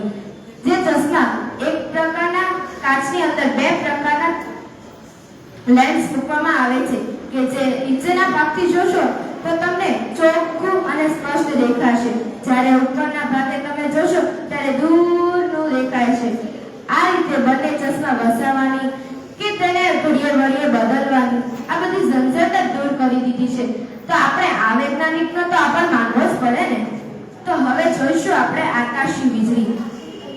જે વીજળી વાદળમાંથી પસાર થઈને જમીન પર પડે છે, તથા જે વીજળી આકાશમાંથી પસાર થાય છે ત્યારે ચમકારો કે પ્રકાશ થાય છે, તે બંને માટે આપણે વીજળી શબ્દ વાપરીએ છીએ. અને આ બંને વીજળી કે પ્રકાશ તે આપણને બિલકુલ નુકસાન કરતું નથી, પરંતુ આ વીજળીના પ્રવાહ જો આપણા મનુષ્યના નજીકની જમીન પર પડે તો પણ આપણને કશું નુકસાન કરતું નથી. પરંતુ આ વીજળી મનુષ્યના શરીરની અંદરથી પ્રવેશ થઈને જમીન પર પડે ત્યારે આ વીજળી માણસને મારી પણ નાખે છે. તો આપણે આવી ખુલ્લી જગ્યાઓ કે વિદ્યુતના તારવાળી જમીન પાસે આપણે ઊભું રહેવું જોઈએ જ નહીં, અને આપણે સાવચેતી રાખવી જોઈએ. મજા આવી ને દોસ્તો? તો હવે જોઈશું આપણે રસી એટલે શું. માણસમાં થતા ઘણા ચેપ્યું હોય છે, જે એક વ્યક્તિમાંથી બીજા વ્યક્તિમાં જાય છે અને બીજા વ્યક્તિમાંથી ત્રીજા વ્યક્તિમાં જાય છે. આ રીતે એકબીજા વ્યક્તિને માંદા પાડે છે આ રોગો. તે માટે આપણે આ રોગો સામે લડવા માટે આપણે રસી મુકાવીએ છીએ, જે રસી રોગો સામે લડવાની તાકાત આપે છે. તમને નવાઈ લાગશે, પરંતુ જે રસી રોગોના બેક્ટેરિયામાંથી જ બનાવવામાં આવે છે. કહેવત છે ને કે રોગ રોગને ટાળે. કહેવત છે ને કે રોગ રોગને ટાળે. આપણા શરીરમાં રોગો સામે લડવા માટે આપણા લોહીના શ્વેત કણો હોય છે, જે શ્વેત કણો રોગો સામે લડવા માટે જુદા જુદા એન્ટીબોડી બનાવે છે. રસી દ્વારા પ્રમાણમાં જંતુઓ દાખલ થાય છે શરીરમાં. તે રોગો સામે લડવા માટે આપણા શરીરના પ્રતિકારક શક્તિઓ ઉત્પન્ન થાય છે, જે આપણા શરીરના રોગો સામે લડવા માટે હોય છે. આપણે જોતા જશું કે નાના બાળકોને ઘણા પ્રકારની રસીઓ મૂકવામાં આવે છે, જેમ કે પોલિયો, બીસીજી, ડિપ્થેરિયા જેવા ઘણા પ્રકારની રસીઓ મૂકવામાં આવે છે, જે તે નાનપણના રોગો સામે લડવા માટે તેમને શક્તિ આપે છે. આ રીતે શક્તિ ઉત્પન્ન થાય અને તે ભવિષ્યમાં ક્યારેય રોગ ન થાય તે માટે લડે છે. જ્યારે આપણને કૂતરું કરડે કે લોખંડની વસ્તુ વાગે ત્યારે આપણને ધનુર્નું ઇન્જેક્શન મૂકવામાં આવે છે. આ બધી રસી એક જ પ્રકારની હોય છે.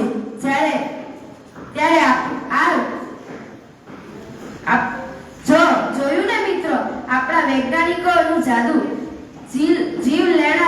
જીવલેણ રોગોને સામે લડવા માટે આ વૈજ્ઞાનિકોએ કેવા પ્રકારની રસીઓ કાઢી છે કે જે એકવાર રસી આપવામાં જ તે રોગોને છૂમંતર કરી દે છે.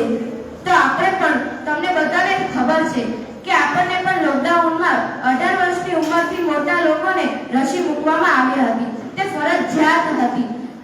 તો હવે મજા આવી ને દોસ્તો? તો હવે જોશું હવામાં ગુબ્બારો કયા સિદ્ધાંત નિયમ પ્રમાણે ઉડે છે. હવામાં ગુબ્બારો આર્કિમિડીઝ સિદ્ધાંતના પ્રમાણમાં ઉડે છે. ગુબ્બારો હાઇડ્રોજન અથવા હિલિયમ ગેસ ભરેલો હોય છે, જે હવાથી પણ હળવો હોય છે. આ ગુબ્બારાને હટાવવા માટે આવેલી હવાનું ઊર્ધ્વગામી બળ વધારે હોય છે, જેને કારણે ગુબ્બારો હવામાં ઉડતો રહે છે. મારી આ પુસ્તક ખૂબ જ અદ્ભુત છે, પરંતુ આ આવૃત્તિ 2014ની છે, જ્યારે આજે 2024નું વર્ષ પૂરું થવાની તૈયારી પર છે. તો આ 10 વર્ષના સમયગાળા દરમિયાન વિજ્ઞાનની આનાથી પણ કેટલી સિદ્ધિઓ પ્રાપ્ત કરી છે. તો આપણે હાલના વૈજ્ઞાનિકોની શોધ, જેમ કે મોબાઈલ, ઇન્ટરનેટ વગેરે તેમજ હાલની આવૃત્તિવાળા પુસ્તકો વાંચી આવા વૈજ્ઞાનિકની ચમત્કાર વિશે વધુ જાણી શકીએ છીએ. હવેથી નવી આવૃત્તિવાળા વિજ્ઞાનના વધુ પુસ્તક વાંચીશું અને નવું જ્ઞાન મેળવવા પ્રયત્ન કરીશું.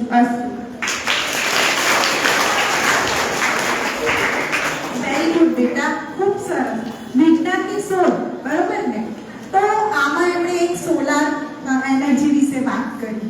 તો તમને બાળ મિત્રો ખબર છે કે આજે 14 ડિસેમ્બર એ નેશનલ એનર્જી કન્ઝર્વેશન ડે છે, એટલે કે સોલાર એનર્જીનો ડે છે. એટલે એનર્જી કેવી રીતે બચાવી એ દિવસ છે. આપણો લાઇબ્રેરીનો એક પ્રોજેક્ટ ચાલે છે, બધાને ખબર છે ને? કયો? વેરી ગુડ, પર્યાવરણ પ્રહરી નંદનવન નવસારી. અને લગભગ તમારામાંથી મોટા ભાગના બાળકોએ એનર્જી લિટરસી ટ્રેનિંગ લઈ પણ લીધી હશે અને આપણે હવે આ પ્રોજેક્ટ આગળ વધારી રહ્યા છે. તો તમે પણ એમાં ખૂબ જ તમારું યોગદાન આપજો. એનર્જી બચાવવા માટે, એનર્જીનો વપરાશ ઓછો કરવા માટે યોગદાન આપો. તમે આગળ વધશો તો પછી તમારી પેઢી અને તમારા મમ્મી પપ્પા તમારામાંથી પ્રેરણા લેશે. બરોબર છે? આજના 4 વખતે ખૂબ જ સુંદર આપણને વાર્તાલાપ આપ્યો. આપણે લગભગ 1 કલાકમાં 4 પુસ્તકનો પરિચય થયો. બરોબર ને? આજે આપણે બધું બહુ ટૂંકાણમાં આપણને વાત કરી, પણ એને બહુ સરસ ડિટેલમાં વાત કરી. તમને ખૂબ જ મજા આવશે. રુદ્રએ આપણે વિદ્યાર્થી કેવી રીતે બનવું અને વિદ્યાર્થીમાં કયા કયા ગુણો અને લક્ષણો હોવા જોઈએ તેની વાત કરી. બેબીએ આપણને સમુદ્રની સફર કરાવી અને એટલી સરસ કરાવી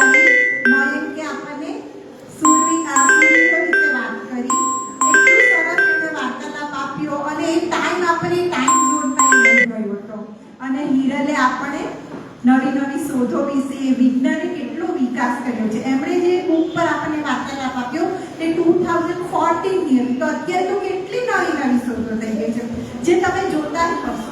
આપણી લાઈફ કેટલી ફાઇન કમ્ફર્ટ ઝોનમાં આવી ગઈ છે. હા ને, ચાલો તો હવે આપણે આગળ વધીએ.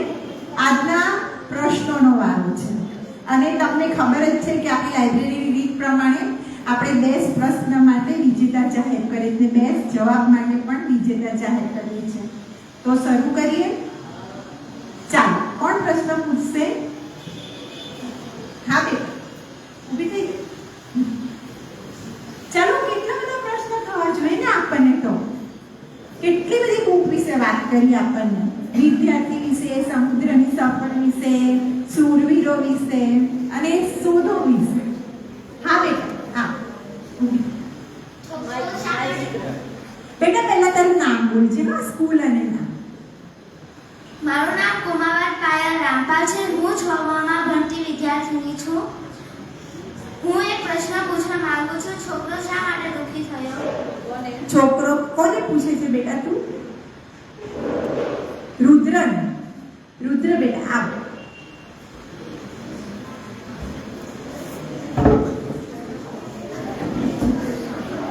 છોકરો એટલા માટે દુઃખી થયો કારણ કે તેને જે પહેલા નંબરનો સોનાનો પ્યાલાનો ઇનામ મળવાનું હતું તે તેને ન મળ્યું હતું અને બીજા વિદ્યાર્થી તે લઈ ગયો હતો.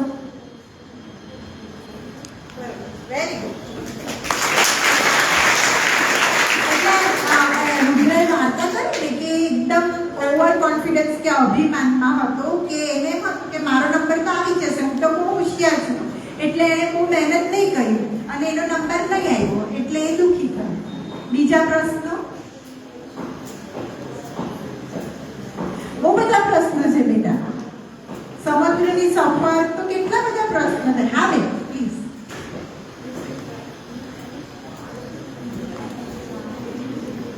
મારું નામ વિભૂતિ છે.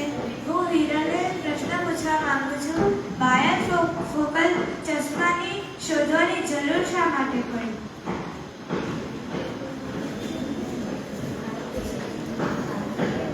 બાયોફોકલ ચશ્માની શોધ એટલા માટે કરવામાં આવી કારણ કે જે વ્યક્તિને બે પ્રકારની નબળાઈ હોય તેને દૂરનું જોવા માટે અને નજીકનું જોવા માટે જુદા જુદા ચશ્મા સાચવવાની કે કશે પણ જવું હોય ત્યારે તેને સાચવવા લઈ જવાની અને ભૂલાયા વગર લઈ જવા તેને તકલીફ પડતી હતી. તે માટે આ બાયોફોકલ ચશ્માની શોધ કરી કે નજીકનું જોવું હોય તો નીચેના ભાગથી જોવાનું અને ઉપર દૂરનું જોવું હોય તે ઉપરના ભાગથી જોવાનું. આ રીતે બે ચશ્મા વસાવવાની કે ભૂલી જવાની એ બીકથી દૂર કરવા માટે આ વૈજ્ઞાનિકે બાયોફોકલ ચશ્માની શોધ કરી.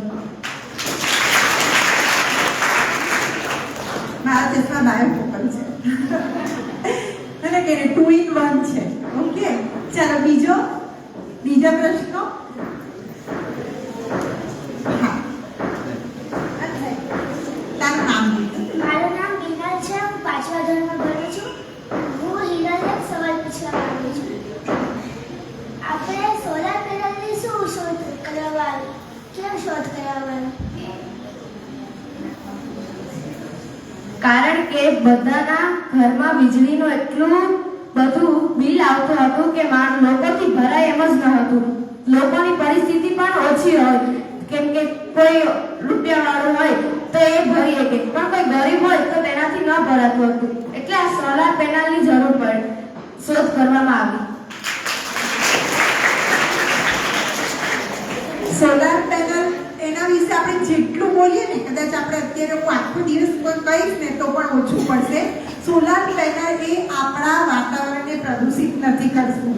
મેન એનો ઉપયોગ આ છે અને આપણને મફતમાં તો વીજળી મળે જ છે પણ આપણા જે વાતાવરણમાં કોઈ પણ વસ્તુનું આપણે તમને ખબર છે ને હજારો કિલોમીટર દૂરથી આપણી પાસે વીજળી આવે છે અને એ આવે તો છે એને લઈ જવા લાવવામાં એનર્જી એટલી બધું પ્રદૂષણ થાય છે. એને અંદર જમીનમાંથી ખોદવામાં આવે છે અને એ પ્રદૂષણ આપણા વાતાવરણમાં 300 વર્ષ સુધી રહે. આપણા પ્રોજેક્ટ છે ને એમાં એવું કહે છે કે આ વાતાવરણમાં જે આપણે કાર્બન ડાયોક્સાઇડનું ઉત્સર્જન કરીએ ને એ આપણા પ્રોજેક્ટનું આ છે કે આપણે જ્યારે એનર્જી આપણે જમીનમાંથી ને બીજી બધી રીતે ઘણી રીતે રહે છે એનાથી આપણા હવામાં પ્રદૂષણ થાય છે કાર્બન ડાયોક્સાઇડનું, અને એ કાર્બન ડાયોક્સાઇડ આપણા વાતાવરણમાં 300 વર્ષ સુધી જીવે છે. અને એ 300 વર્ષ સુધી આપણને કેટલું નુકસાન કરે, પૃથ્વીને કેટલું નુકસાન કરે. તમને બધાને ખબર જ હશે કે પહેલા આપણે બહુ વર્ષો પહેલા જે આપણે ફ્રૂટ્સ ને શાકભાજી ને બધાના જે ટેસ્ટ આવતા હતા, જે સ્વાદ હતા, તે અત્યારે નથી, લગભગ નથી. પહેલા જ અમને જે કેરીઓ ખાતા હતા એનો જે સ્વાદ હતો એ હવે રહ્યો નથી. એનું કારણ શું છે? વાતાવરણમાં આપણે પ્લાસ્ટિકનો ઉપયોગ કરીએ છીએ, જમીન બિનઉપજાઉ થઈ રહી છે. આ બધું શેના લીધે? આપણે કાર્બન ડાયોક્સાઇડનું ઉત્સર્જન બહુ કરીએ છીએ વીજળી વાપરવા માટે. એટલે વધારે ને વધારે સોલાર એનર્જીનો ઉપયોગ કરવો જોઈએ. મેઇન સંદેશો એ છે. ચાલો બીજા. હા બેટા. મારું નામ ઋતુજ છે. હું 5મા ધોરણમાં ભણું છું. મારો સવાલ તમને છે, થર કેમ સમુદ્રમાં ગયેલા શેની શોધ કરવા ગયેલા?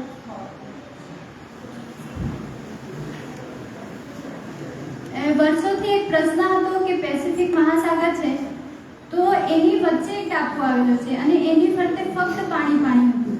તો ત્યાં જે ટાપુ આવેલો એના ઉપર ઘણી બધી પ્રજાઓ રહેતી હતી, ને જે થોર હતા એમને ઇતિહાસમાં એટલે બહુ રસ હતો. તો એમને થયું કે પ્રજા કેવી રીતે ત્યાં આવી, એટલે એ શોધ કરવા માટે તરાપા ઉપર બેસીને સફર કર્યો.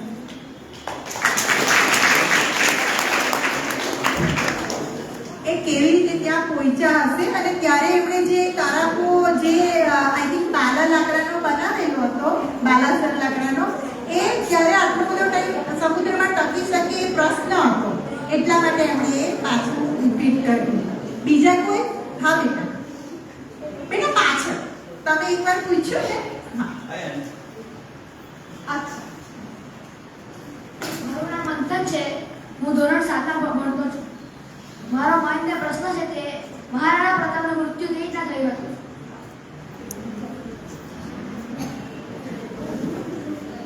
મહારાણા પ્રતાપ જ્યારે થકી હારીને યુદ્ધ લડીને તેમના પાસે ધન ખૂટ્યું, સેના ખૂટી, ત્યારે તેઓ સિંધ તરફ જવા માટે રવાના થયા. પરંતુ તેમને થયું કે પોતાની માતૃભૂમિ છોડી કેવી રીતે જઈ શકાય, તેઓ એટલે તાર મેવાડમાં જ રહ્યા. વર્ષો વીતી ગયા પછી તેમનામાં તેઓ વૃદ્ધ થયા. તેમનામાં યુદ્ધ લડવાની શક્તિ ન હતી. તેઓ એક દિવસ પોતાના પુત્ર અમરસિંહને બોલાવીને કહે છે કે મેવાડને સ્વતંત્ર કરવાનું છે. એમ કહીને તેઓ ત્યાં પોતાનો દેહ ત્યાગે છે. તેવી રીતે તેમનું મૃત્યુ થયું.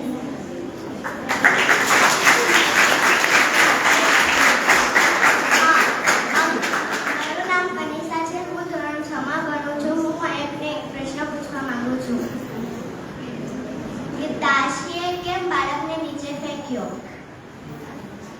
દાસી જે સોમેશ્વરના વિરોધી હતા ને, તેમને એમ કે હવે આપણે અજમેર પર કબજો કરવાનો છે. આગળ જતા મહારાણા પ્રતાપ તેના રાજા, પૃથ્વીરાજ ચૌહાણ તેમના રાજા બનવાના છે. એટલે તેમને નાનપણમાં જ મારીને આપણે સોમેશ્વરને નિસંગ્રામ કરી શકીએ છીએ. તેથી તેમણે દાસીને લાલચ આપી અને તેના કુમારને મારી નાખવા માટે તૈયાર થયા.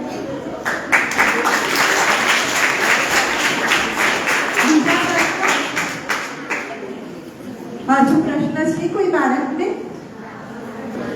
પાક્કું? હા બેટા.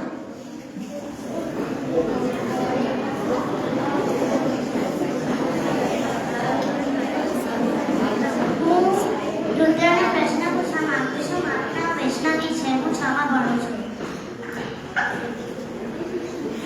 જ્ઞાન કોની રક્ષા કરે છે?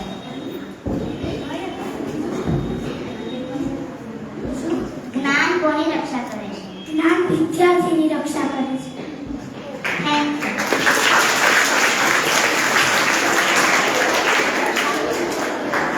હવે પાક્કું? હા બેટા.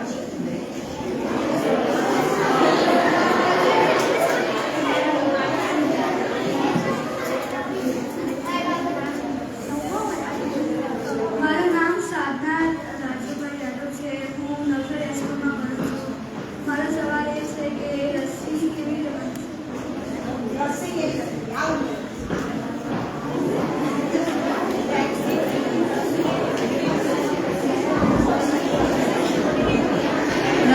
એન્ટીબાયોટેકમાંથી બને છે?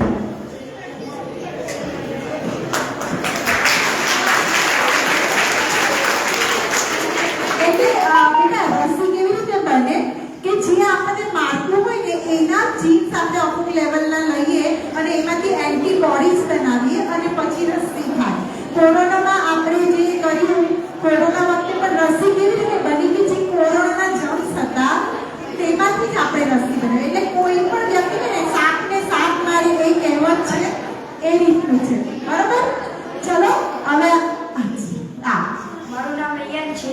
મેં ધોરણ 7 ભણું છું. મેં બાળકને સવાલ પૂછવા માંગુ છું.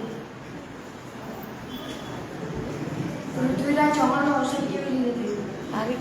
પૃથ્વીરાજ ચૌહાણ જ્યારે યુદ્ધમાં હાર્યા ત્યારે ઘોડીએ તેમને જેલમાં પૂરી દીધા હતા અને તેમને અંત કરી દીધા હતા. અને પછી તેમનો તમાશો કરવામાં આવ્યો હતો કે પૃથ્વીરાજ શબ્દવેદી બાણ ચલાવી શકે છે. તે ચંદ્રપટ્ટાઈએ મોહમ્મદ ઘોડીને કહ્યું હતું. તો તેમણે પછી ઘોડીનું મૃત્યુ કરી દીધા, હત્યા કરી દીધા. બસ સભામાં પછી ત્યાં ચંદ્રપટ્ટાઈ ગયા. તેમના હાથમાં જલેલી તલવાર હતી. બંને હાથમાં પકડી અને એકબીજાની હત્યા કરી શહીદ થઈ ગયા. હવે આપણે અહીંયા જ આપણે પૂરું કરી રહ્યા છીએ. ટાઈમ પણ થઈ ગયો છે. બરાબર? પણ એ પહેલા આપણે ચારેય બાળ વક્તાનું સન્માન કરીએ. આ છે ને બાલ ભારતીના જીવન ચરિત્રનો સેટ છે. ટોટલ 8 પુસ્તક છે અને એમાં મહિલાઓ જેણે નવી શોધ કરી કે જેણે નવું કોન્ટ્રીબ્યુશન આપણા સમાજમાં આપ્યું છે એનો સેટ છે.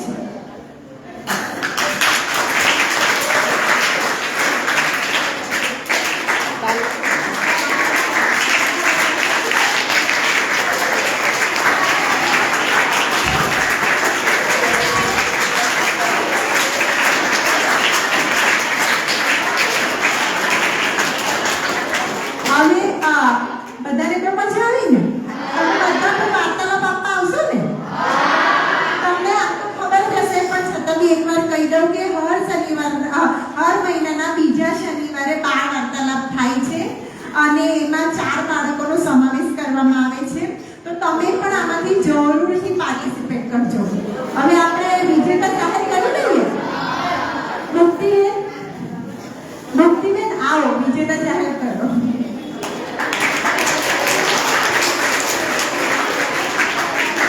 જય શ્રી કૃષ્ણ. અમને જોઈને મને મજા આવે છે કારણ કે આપણે તો બધા ક્યારના મજા જ કરીએ છીએ. જ્ઞાન સાથે ગમત કહીએ ને એવું. પ્રશ્નો એટલા બધા સરસ પૂછાયા કે એની સાબિતી આપે છે કે તમે બધાએ બહુ ધ્યાનથી 4 પુસ્તકોને સાંભળ્યા છે. એટલે છીએ આપણે બધા એકાગ્ર, કેમ કે શરૂઆતમાં તો આપણે એની જ વાત કરીને કે આપણે એકાગ્ર બનવું પડશે. તો ખૂબ સરસ 4 બાળ વક્તાઓએ જે પુસ્તકો રજૂ કર્યા એમાં ઘણી બધી માહિતી આપણને મળી. પણ હવે શ્રેષ્ઠ પ્રશ્ન એવું હોય ને કે બચ્ચાઓ થોડીક 2 મિનિટ આપણે સાંભળીએ. પ્રશ્નો પૂછવા માટે હિંમતની બહુ જરૂર હોય. પહેલા શરૂઆતમાં બધાને એમ થાય પૂછું ના પૂછું, પણ એક પૂછે પછી આપણને બહુ બધા પ્રશ્ન આવે. એટલે પ્રશ્નમાં જે વસ્તુ કહેવાય ગઈ એના પ્રશ્ન કરતા કદાચ કુતૂહલતા વાળો આપણો એક પ્રશ્ન હોય ને એ વધારે યોગ્ય ગણાય. તો એવો એક પ્રશ્ન પૂછાયો. દીકરીનું નામ છે વૈષ્ણવી. દીકરા ઊભી થઈ જા. વૈષ્ણવી, એણે પ્રશ્ન પૂછેલો હતો કે જ્ઞાન કોની રક્ષા કરે છે. જુઓ, એણે પુસ્તકમાં મયંકના પુસ્તકને બહુ સારી રીતે પચાવી અને એટલે જ પૂછી શકી કે જ્ઞાન કોની રક્ષા કરે છે. બાકી એણે એવું કોઈ જગ્યાએ ઉલ્લેખ સ્પેશિયલી નહોતો કર્યો, છતાં પણ એ વિદ્યાર્થીને આવો વિચાર આવે છે અને જવાબ પણ મયંકે જ બહુ સરસ આપ્યો. રુદ્ર અને રુદ્રએ જવાબ આપ્યો કે જ્ઞાન કોની રક્ષા કરે છે.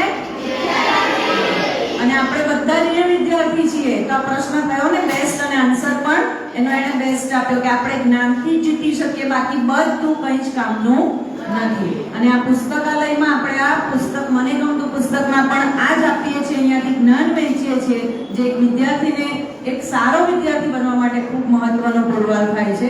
તો આપણે બંનેઓને અહીંયાથી વિજેતા જાહેર કરીએ છીએ, રુદ્ર અને વૈષ્ણવી.